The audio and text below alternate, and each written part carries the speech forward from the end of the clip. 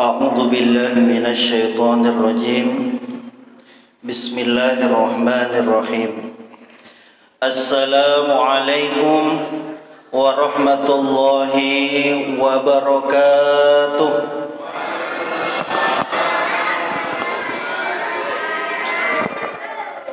Alhamdulillah masih semangat semua.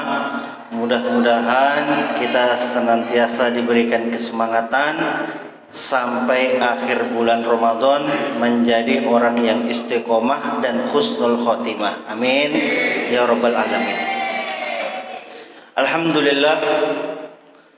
Alhamdulillahi wa kafa, wassalatu wassalamun ala ibadihi alladhina istafa.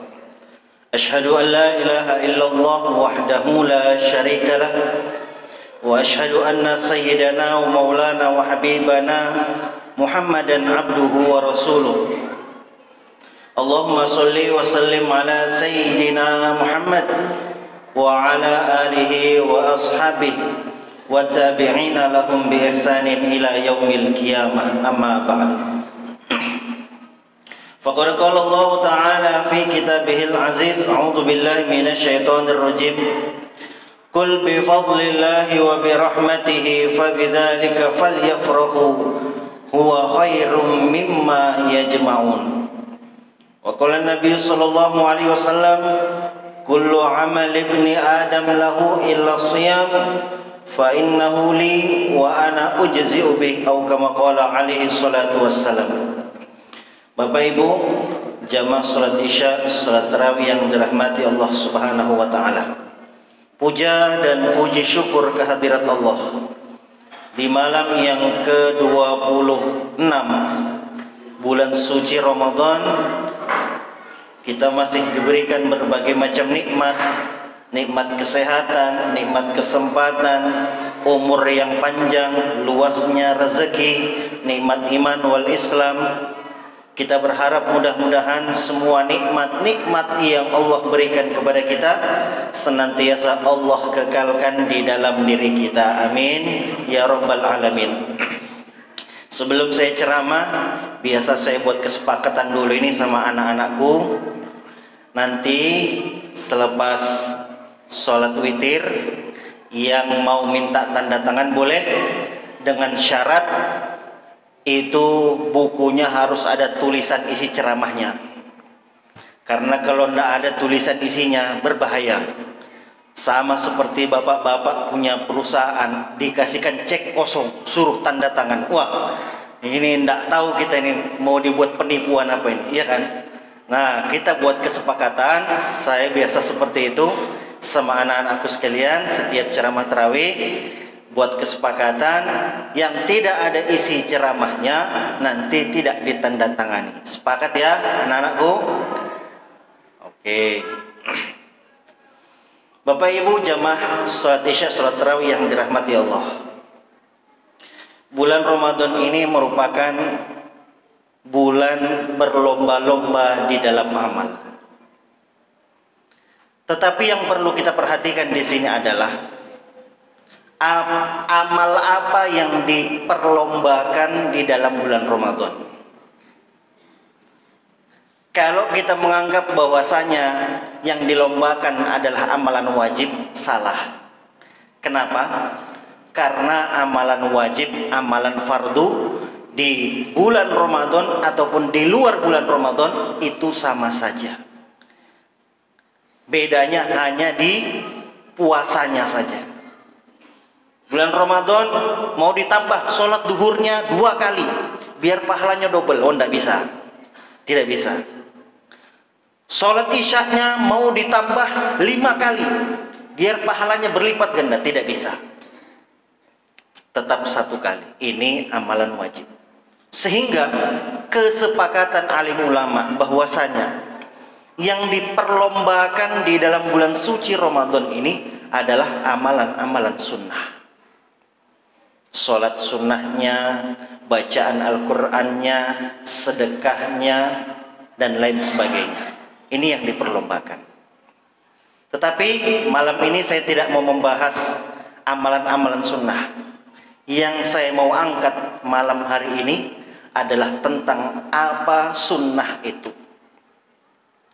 Hari ini karena kurangnya pengetahuan kita tentang amalan sunnah, sehingga menjadikan kita meremehkan amalan sunnah.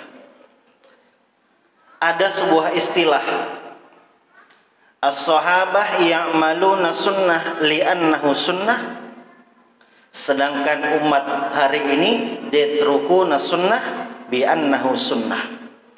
Dulu sahabat, para alim ulama, mereka sepakat mengamalkan perkara sunnah. Kenapa? Karena ini adalah amalan sunnah, sehingga betul-betul dijaga. Semua amalan sunnah, mulai dari ujung rambut sampai ujung kuku, mulai dari pagi sampai ketemu pagi lagi, amalan sunnahnya dijaga. Alasannya satu, kenapa? Karena itu amalan sunnah. Hari ini orang yatrukuna sunnah bi'annahu sunnah, meninggalkan perkara sunnah dengan alasan itu cuma amalan sunnah. Betul apa salah? Betul apa salah? Sekarang saya tanya, kenapa hari ini orang tidak sholat tarawih? Ya kan cuman amalan sunnah. Yang penting saya sholat isya-nya. Begitu rata-rata orang yang ditanya, kenapa tidak tarawih? Kan cuman sunnah. Yang penting sholat wajibnya. Kenapa tidak sedekah? Yang penting kan zakat fitrahnya. Menggampangkan, mengentengkan amalan sunnah. Kenapa? Karena itu cuman sunnah. Maka kita harus memahami apa itu sunnah.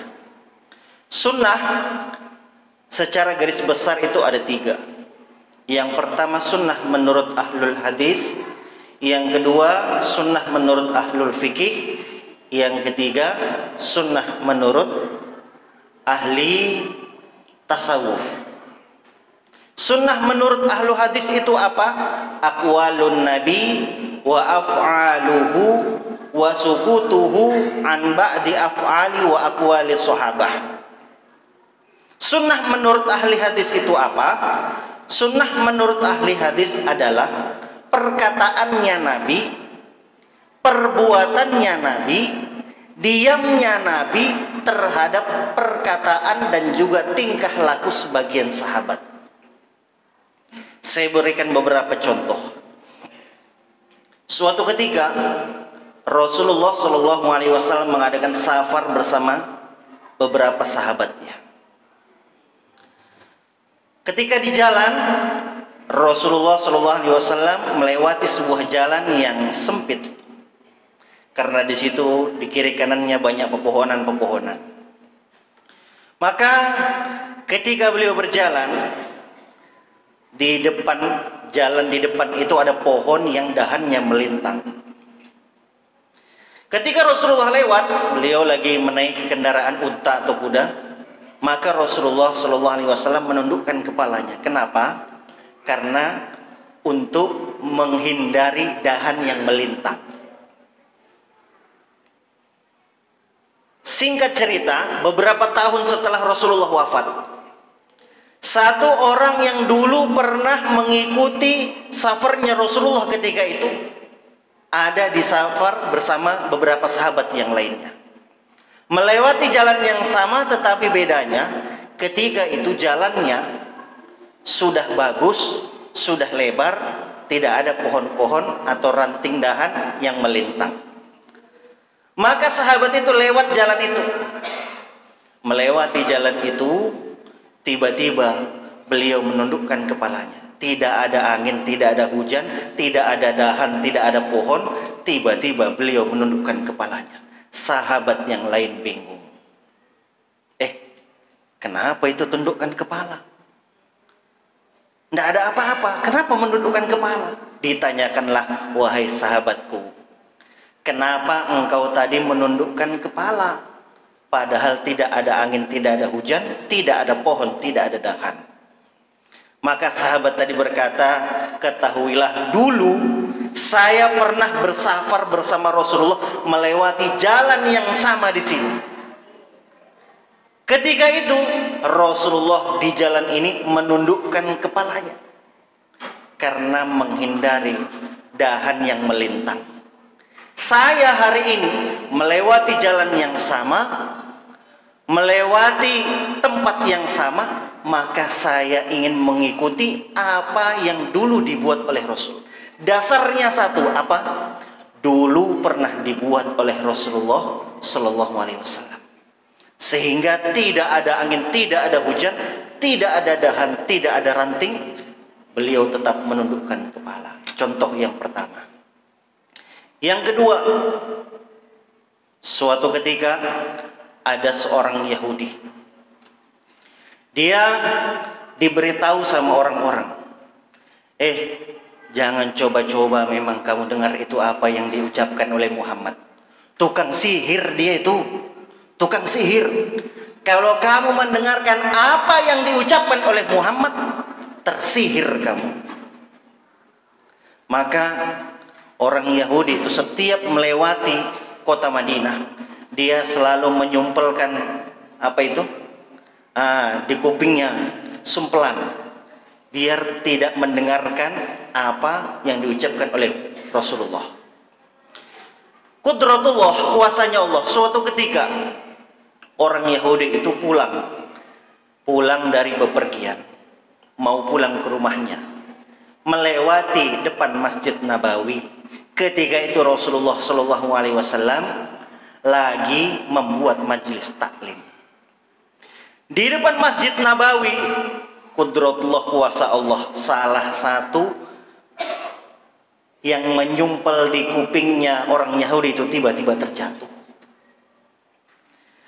Ketika dia mau mengambil itu sumpelan kuping, dia mendengar apa yang dia dengar. Dia mendengar Rasulullah SAW bersabda, makan berjamaah itu sunnah. Maka setelah dia ambil, langsung dia tutup lagi itu kupingnya. Tetapi terngiang-ngiang di dalam pikiran, di dalam hatinya. Apa yang terngiang-ngiang? Makan berjamaah sunnah. Selama perjalanan sampai ke rumahnya, itu yang terus terngiang-ngiang di dalam kepala, di dalam hatinya. Makan berjamaah sunnah, makan berjamaah sunnah, makan berjamaah sunnah. Terus seperti itu. Akhirnya sampai di rumahnya, dia masuk ke dalam rumah, dia merenung. Apa yang dia renungi? Yang dia renungi sabdanya Rasulullah, makan berjamaah sunnah. Seperti biasa, istrinya sudah menyiapkan makanan. Makanan yang itu yang disediakan ketika itu adalah makan favoritnya yang terenak. Maka istrinya bilang kepada suaminya, wahai suamiku, silahkan makan. Saya sudah berikan masakan yang terenak, favorit, makanan favorit suami. Maka suaminya bilang kepada istrinya, Dek, kita makan berjamaah ya. Hari ini kita makan berjamaah ya. Maka istrinya bilang, gak usah mas, seperti biasa aja. Mas makan duluan, selepas itu sisanya baru saya yang makan. Maka suaminya bilang lagi, enggak, hari ini saya mau makan berjamaah. Sekali lagi istrinya bilang, enggak mas, udah seperti biasa aja. Masnya makan duluan, sisanya saya yang makan. Maka suaminya sekali lagi kekeh, enggak mau.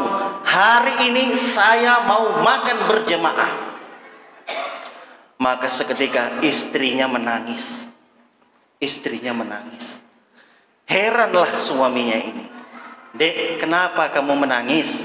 Saya cuma ngajak kamu makan, kenapa kamu menangis? Maka istrinya bilang, Mas, saya ini sudah jengkel sekali sama kamu sebenarnya. Setiap hari kamu marahin saya, setiap hari kamu pukul saya, sering di KDRT. Kalau dulu istri yang sering dimarahin suami, tapi kalau sekarang ada yang tertawa. Jangan tertawa, Pak. Karena kita sama. Hadirin dirahmati Allah Subhanahu wa taala. Istrinya bilang seperti itu, "Mas, setiap hari kamu marahin saya, setiap hari kamu pukuli saya. Saya itu sudah jengkel sekali sama kamu. Sebenarnya makanan itu sudah saya buat makanan yang terenak dan makanan favoritmu. Tetapi sudah saya kasih racun itu di dalam makanan biar kamu cepat mati." Maka suaminya bilang, "Subhanallah, ternyata di balik sunnah ada kejayaan, di balik sunnah ada keselamatan." Menangis orang Yahudi tadi, langsung pergi keluar dari rumahnya. Dia bertemu dengan Rasulullah, langsung dia masuk Islam. Gara-gara apa? Satu amalan sunnah. Saya pernah bertemu dengan satu jemaah dari Riyadh di Kalimantan Selatan. Dia bilang sama saya, dia cerita, dulu ada pakar dokter orang Amerika. Dia silaturahim datang ke rumah sakit di Riyadh. Di rumah sakit itu ada wastafel. Setiap wastafel ada tulisan di atasnya. Salah satu tulisan di atas wastafel itu apa? Makan sunnah adalah makan setelah lapar, berhenti sebelum kenyang. Ini tulisannya di atas wastafel. Maka dokter itu bilang, seandainya, ini orang Amerika, pakar dokter orang Amerika, dia bilang, seandainya seluruh manusia mengamalkan satu hadis ini, maka seluruh rumah sakit di dunia ini akan tutup, bangkrut, karena tidak ada orang yang sakit. Di dalam sunnah ada kejayaan, keselamatan. Ini baru satu sunnah yang kita bahas dari pendapat menurut ahli hadis. Untuk apa? Menyemangati kita lagi dan lagi. Fastabiqul khairat, berlomba-lombalah dalam amalan sunnah. Mudah-mudahan sudah 15 menit. Afwan, ceramah tarawih maksimal 15 menit. Mudah-mudahan ceramah yang singkat ini bisa menjadi motivasi diri kita. Semakin akhir Ramadan, semakin giat kita di dalam beribadah, di dalam menghambakan diri kepada Allah. Mudah-mudahan Ramadan ini menjadi Ramadan yang husnul khotimah bagi kita semua. Amin ya rabbal alamin. Saya kira cukup demikian, kurang lebihnya mohon dimaafkan. Wabillahi taufik wal hidayah. Wassalamualaikum warahmatullahi wabarakatuh.